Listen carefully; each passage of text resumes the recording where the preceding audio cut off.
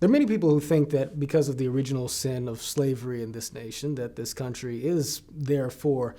destined to be a racist country here and on out. I don't look at it that way. First of all, it has to be acknowledged that there is a deep-seated contradiction at the heart of this country's founding, inasmuch as this nation was founded on ideals of liberty and equality and justice, and yet you have this terribly unjust, unequal system there at the very birth of the nation. But the history of the United States of America, in terms of her social and moral progress over time, has been one of overcoming that contradiction in a way that has allowed African Americans, and indeed people from all walks of life in the United States of America, to more and more closely live up to their genuine greater potential.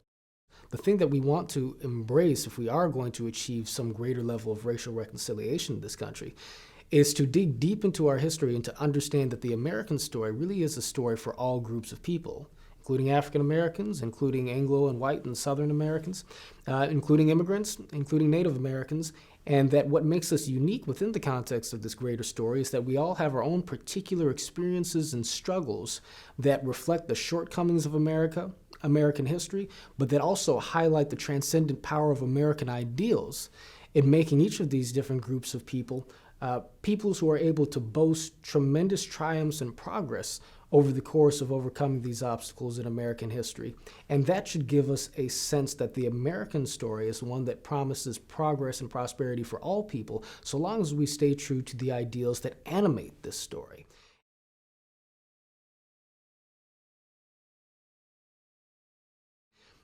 Our belief in this is proven in its ability to deliver us to a place of greater triumph through a history where we have moved from slavery to a moment in our time today where many of this nation's most celebrated cultural leaders, political leaders, leaders in industry and institutions across the board, and academia, etc., are people of color, African Americans, people who can trace their roots back to those very slaves who are incarcerated in that system in the first place. We need to make a decision. Is it the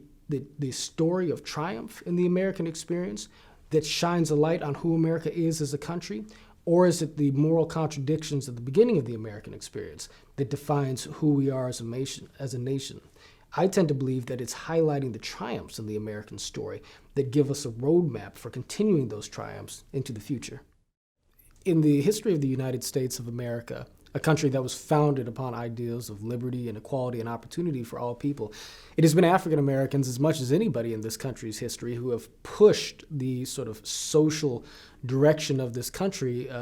towards the point of more greatly realizing these foundational values. And in as much as that's the case, it's been African Americans as much as anybody else who have contributed to our understanding of what it actually means to be an American and to live up to the values that make this country and have made this country, in so many, many respects, a tremendously great and inspiring nation.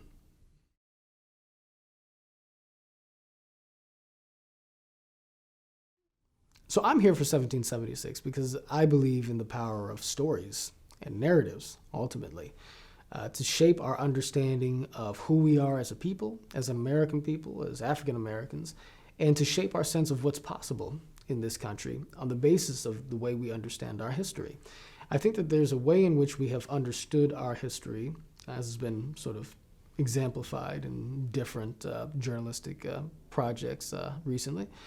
that causes us to dwell so wholly upon the inequity of the past that we fail to recognize the way in which the values and the virtues that inform the American founding in particular have allowed us to triumph in amazing fashions in the present and will allow us to continue to do so in the future. There needs to be a both realistic but also optimistic, I think, assessment delivered of the American project that allows us to remember, I think, just what the promise and just what the power of liberty and community and equality and entrepreneurialism can deliver for people who faithfully adhere to those values. But without that story, we don't have a light to shine on the future. All that we have, all that we're left with, is a storyline that roots us in cynicism and a short-term desire, I think, to achieve the types of political victories that do have a tendency to tear apart the social fabric without providing the actionable sorts of solutions that could allow us to continue to build on a legacy of progress that you can see written throughout the American experiment. Even the people who are responsible for the 1619 Project are people who I would imagine have a deep-seated belief in the importance of the project of seeking out genuine equality, seeking out genuine justice. In a sense, I look at them as acting from within some aspect of the American tradition. But I think that they sell themselves short, and I think that we sell our country short by not allowing the noble aspiration for genuine justice and equality in this country to fundamentally reflect our understanding of what America is. And therefore, I hope that 1776 can again serve as an antidote to that and reacquaint us with a more inspiring and a more optimistic understanding of who this country, of what this country is, of who we are as Americans, in a way that still roots us to a realistic understanding of our history and the implications thereof.